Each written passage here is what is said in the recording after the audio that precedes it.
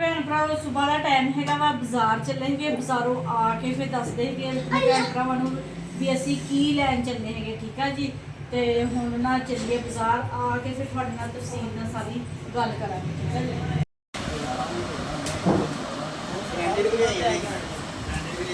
ये तो नहीं करेगी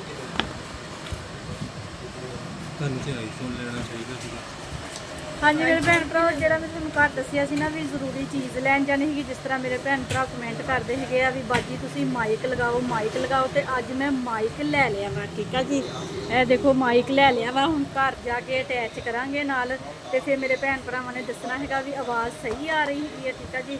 तो हम चलते हैं घर हजे थोड़ी ना वो बैटरी चार्ज होने वाली हैगी माइक की तो चार्ज होंगी है ना तो फिर घर जाके लगाते ओके। आज मैंने ले गए सबके लिए दो मैंने देख लो बड़े सब।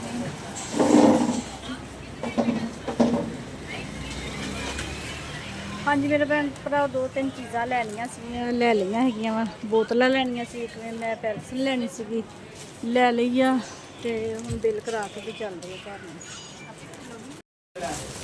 हाँ दिखा विचों निकाल के। हाँ जी मेरे भैन भरा मैनू ना ए वाले कांटे बहुत पसंद आए है ए वाले ठीक है जी। तो 100 रुपये वाली सेल हैगी तो 100 रुपये के इन्ने जबरदस्त मैं घर जाके ना पा के दिखावांगी। बहुत अच्छी चीज़ा लगियां हुई वा काफ़ी मेरे भैन भरावां ने मेरे पुराने व्लोगां च देखा होना वा सीरे तो समान राफे वास्ते मैं खिलौने भी इत्थों ही लैके जाती हुंदी आ ते बहुत अच्छियां चीज़ां हैगियां हर तरह की चीज़ हुंदी है। तो हुण असीं चलदे आ घर ते घर जाके माइक लगांदे माइक लगा के देखते हैं भी हाँ साडी आवाज़ किन्नी को तेज़ हुई है ठीक है जी। हाँ जी मेरे भैन भरा मुस्कान नूं बोतलां भी लैके दे दित्तियां हैगियां ते हुण ना माइक भी लै लिया वा ते हुण भाई रक्शे वाले नूं फोन कर दित्ता हैगा वा ते ओह रक्शा लैके आ रहा वा ते फिर ना नान लैने हैगे कुड़ियां वास्ते ते अज सालन नहीं हैगा राती मुर्गा जिस तरह बनाया सी ना ओह रात ही सालन खत्म हो गया ते हुण इत्थों जांदे जांदे ना आलूआं नाल नान लैके जांदे हैगे सारियां वास्ते ते भाई उत्थे बाहर खड़ा हैगा उत्थे ना जंगला बंद कर दित्ता होया रास्ता ना जिहड़ा भी रक्शे जिहड़े अंदर नहीं आते है। ए देखो ज़बरदस्त ना बाज़ार का इंतज़ाम किया होया वा पौधे वगैरह लगाए हुए आ ते हुण जांदे आ सड़क पे अगे बड़ा फायदा हुंदा सी रक्शे ना जिहड़े अंदर आ जांदे सी ते अंदरों रक्शे 'च बह के चले जाईदा सीगा ते हुण बाहर ताईं आना पैंदा हैगा। देखो जिन्हां कोल ज़्यादा समान होवे तो इत्थे रख के ना बह के साह भी लै सकदे है मेरे वर्गे ते मेरे को अज समान नहीं है इस वजह नाल ना मैं बाहर जाती पई हाँ भाई बाहर खड़े है खड़े है वाले फिर जाते भाई ना देर नाल आया वा ना मेरा धुप्प दे विच खलो खलो के पसीने नाल बुरा हाल हो गया वा ते साडा रक्शे वाला भाई है ना बड़ा जड़ा ना सवारी लैके चला गया हुआ आया वा ते चलते बहुत ज़्यादा।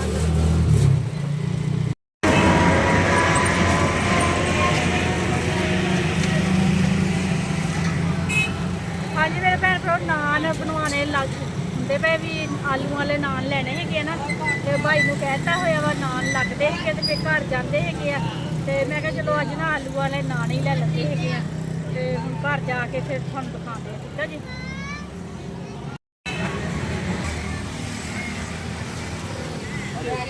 पहले भाई बकाया पैसे लिया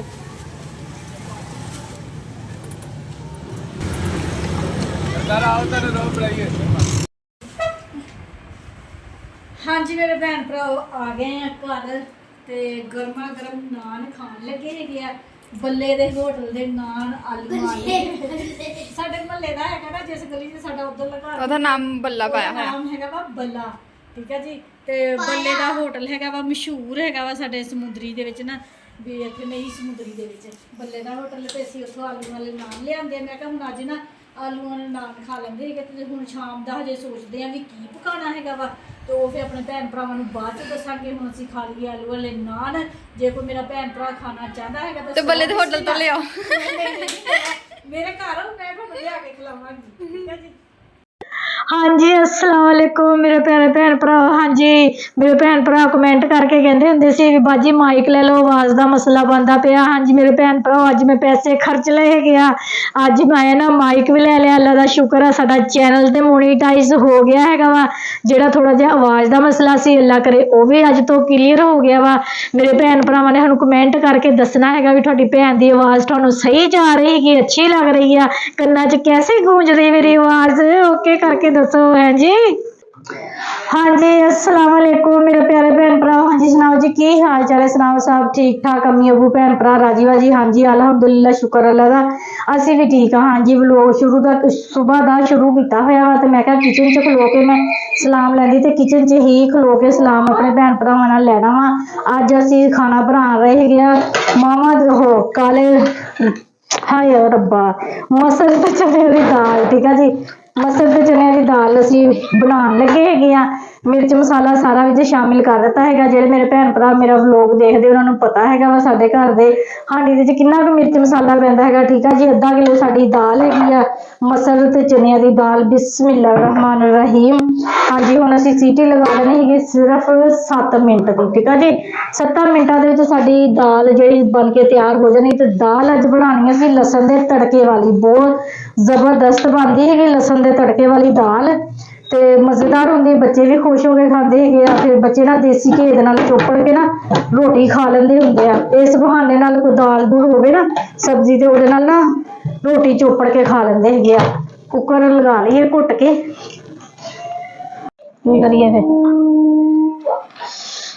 हाँ जी मेरे भैन भरा हांडी रोटी हो गई आ, तवी ते रोटियां बना लियांदियां हैगियां, देसी घी दे नाल चोपड़ लईआं हैगियां, क्योंकि दाल होवे ना ते नाल फिर देसी घी नाल रोटी चोपड़ी भी होवे ते बहुत जबरदस्त मजेदार लगदी, ते दाल भी साडी बहुत मजेदार बनी हैगी आ। ठीक है जी, हुण असीं लगे हैगे रोटी खाण, ते अपने भैन भरावां कोलों लगे हैगे इजाजत लैण। हाँ जी मेरे भैन भरावां नूं साडा अज दा व्लॉग अच्छा लग्गिआ वा ते लाइक करियो, सबसक्राइब करियो, घंटी दा बटन लाजमी दबा दिया करो, ते अगे तो अगे शेयर करिया करो। ठीक है जी, ते हाँ जी मेरे भैन भरा जिथे जिथे रह रहे, जेड़े जेड़े मुल्क च रह रहे मैनूं देख रहे आ, खुश रहो, शाद रहो, आबाद रहो, हमेशा हसदे ते मुस्कुराते रहो। ठीक है जी, अपनियां दुआवां च मैनूं याद रखियो, मैं भी अपनियां दुआवां च अपने भैन भरावां नूं याद रखदी। मैनूं दिओ हुण इजाजत, अल्लाह हाफिज़।